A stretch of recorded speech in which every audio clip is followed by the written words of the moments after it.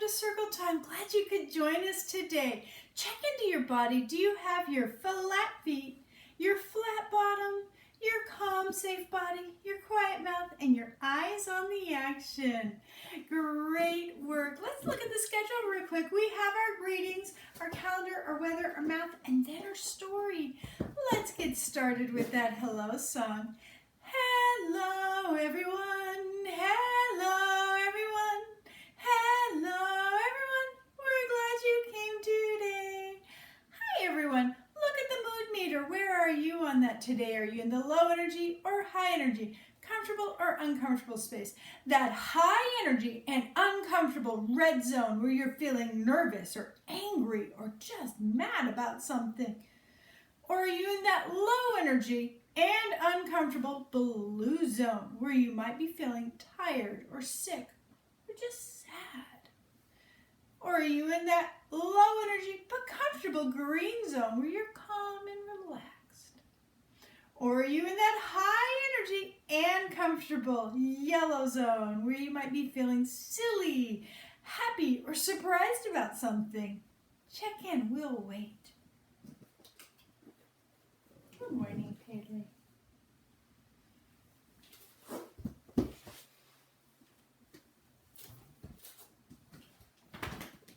I am up here in the yellow today. I'm feeling very happy and a little surprised because our friend Dixie's feeling better today. So our greeting is all done. We're going to move on to our calendar. So we know we're in the month of August. We also know we're in the first full week of August.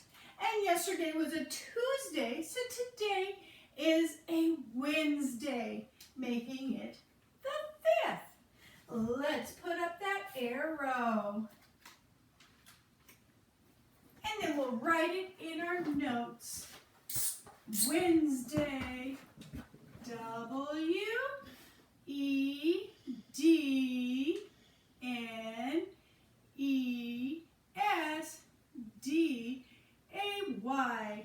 And we'll write the month as August, AUGUST.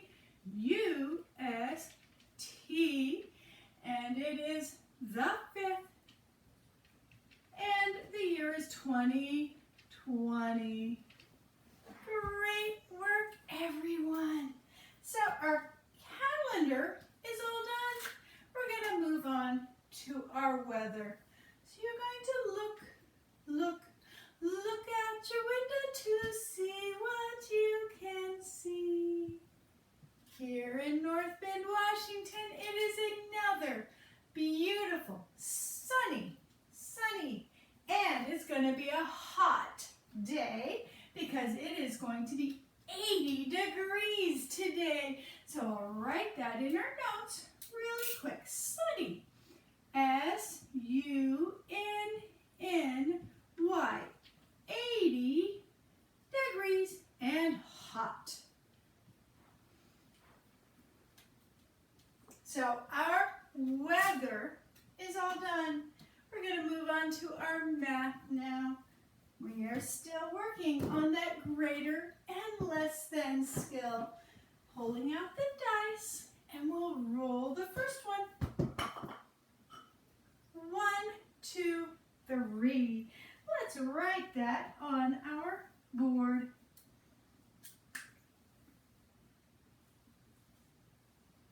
Rolling the next one. 1, 2, 3. Writing it. Is one of these bigger than the other? No. Is one of these smaller than the other? No. They're the same. So we'll write the equal sign and let's say that problem together. 3 is equal to 3. Great work, everyone. Let's roll again. 1, 2, 3, 4, 5, 6. We'll write that 6 up here. And we'll roll the next one. 1, 2, 3, 4, 5, 6. We'll write that 6 6 up there.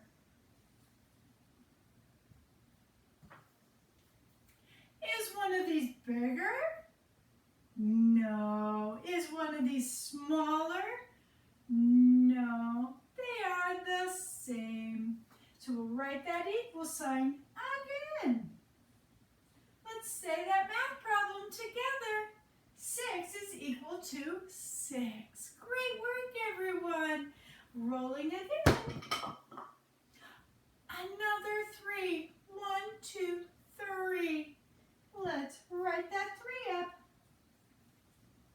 Let's roll this one. It isn't a 3. 1, 2. We will write that up there. Is one bigger? Yes. This one's bigger. So we're going to have the alligator mouth facing that one. The 3 is bigger than the 2. So let's say that together. 3 is greater than 2. Great work. Let's roll again. 1, 2, 3, 4. Writing that 4. Rolling the next one. 1, 2. We'll write that 2.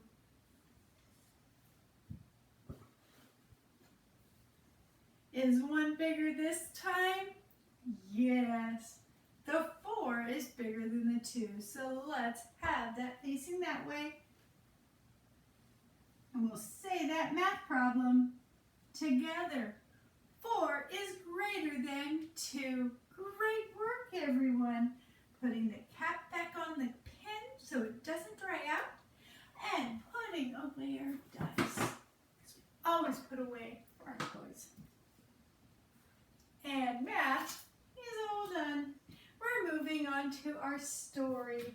And I said yesterday that our story was going to be very similar to yesterday's story, because yesterday's story was from the perspective of the pigs in the Three Little Pigs story.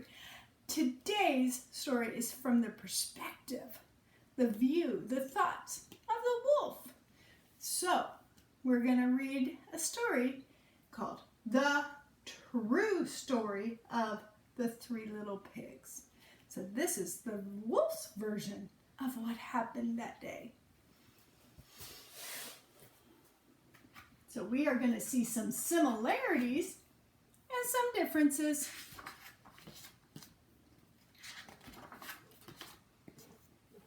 Everybody knows the story of the Three Little Pigs, or at least they think they do. But I'll tell you, I'll let you in on a little secret. Nobody knows the real story because nobody has ever heard my side of the story. I'm the wolf, Alexander T. Wolf. You can call me Al. I don't know how the whole big bad wolf thing got started, but it's all wrong. Maybe it's because of our diet. Hey, it's not my fault wolves eat cute little animals like bunnies and sheep and pigs. That's just the way we are. If cheeseburgers were cute, folks would probably think you were big and bad too.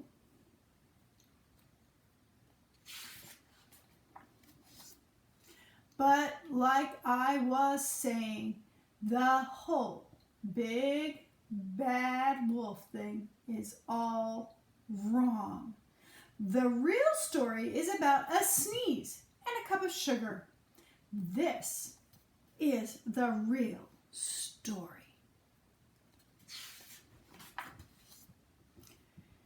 Way back and once upon a time, I was making a birthday cake for my dear old granny. I had a terrible sneezing cold. I ran out of sugar.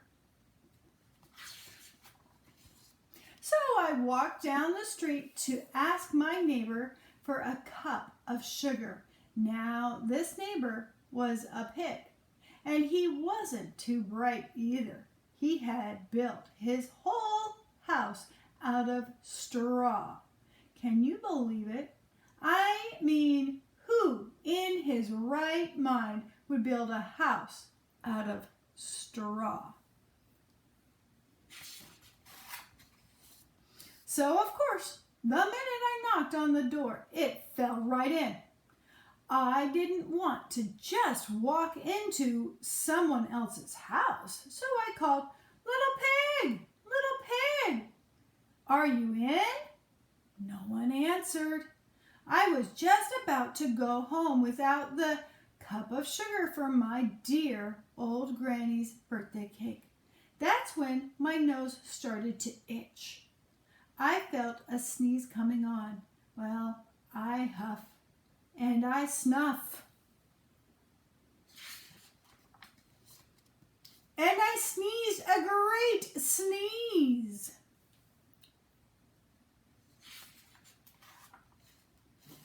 And you know what? That whole darn straw house fell down. And right in the middle of the pile of straw was the first little pig, dead as a doornail. He had been home the whole time. There's a little pig. It seemed like a shame to leave a perfectly good ham dinner laying there in the straw, so I ate it up. Think of it as a big cheeseburger just laying there. I was feeling a little better, but I still didn't have my cup of sugar. So I went to the next neighbor's house. The neighbor was the first little pig's brother. He was a little smarter, but not much. He had built his house of sticks. I rang the bell on the stick house. Nobody answered. I called, "Mr. Pig! Mr. Pig, are you in?" He yelled back, "Go away, Wolf. You can't come in. I'm shaving the hair on my chinny chin chin." I was just grabbing the doorbell when I felt another sneeze come on. I huffed and I snuffed and I tried to cover my mouth, but I sneezed a great sneeze. And you're not going to believe it, but this guy's house fell down just like his brother's. When the dust cleared, there was the second little pig, dead as a doornail. Wolf's honor. Now you know food will spoil if you just leave it out in the open. So I did the only thing there was to do. I had dinner again. Think of it as a second helping. I was getting awfully full, but my cold was feeling a little better, and I still didn't have that cup of sugar for my dear old granny's birthday cake. So I went to the next house. This guy was the first and second little pig's brother.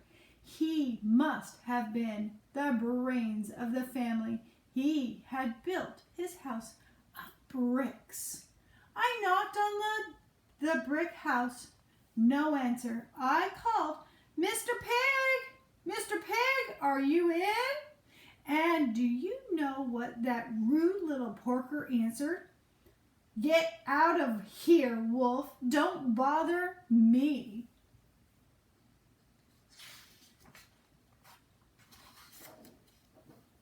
Talk about impolite.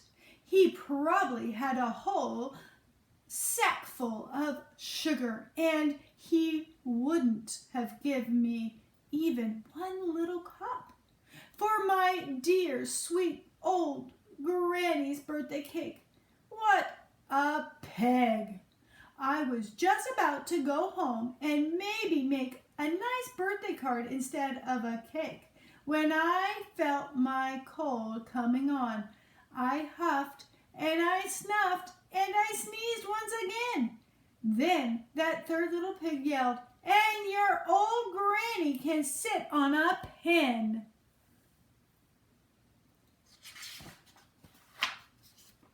Now, I'm usually a pretty calm fellow, but when someone talks about my granny like that, I go a little crazy. When the cops drove up, of course, I was trying to break down this pig's door, and the whole time I was huffing and puffing and sneezing and making a real scene.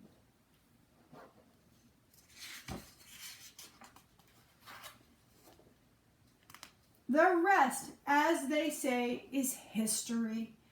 The news reporters found out about the 2 pigs I had for dinner. They figured a sick guy going to borrow a cup of sugar didn't sound very exciting. So they jazzed up the story with all of the huff and puff and blowing your house down, and they made me the big bad wolf. That's it. The real story, I was framed.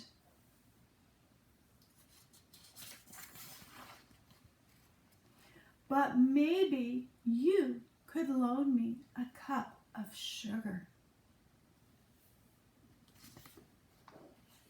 And that is the wolf's version of the story, the Big Bad Wolf, told it by him, saying it's the true story of the 3 little pigs.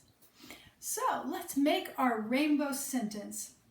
I think that we should go with the wolf, and he's saying he's misunderstood. So our adjective is going to be misunderstood. So I'll get up there and start writing our sentence.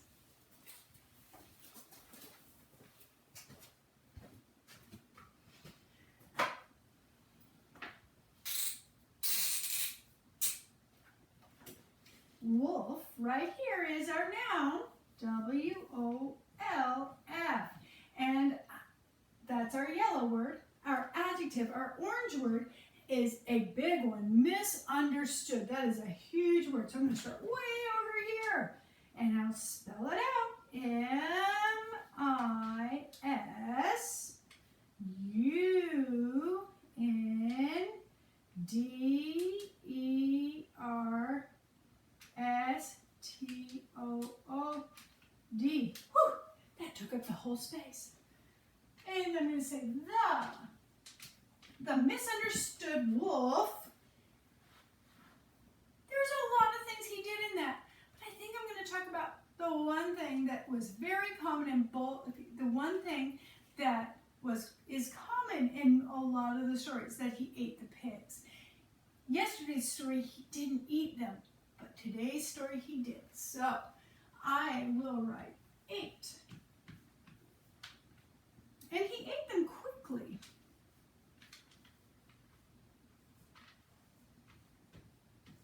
Quickly.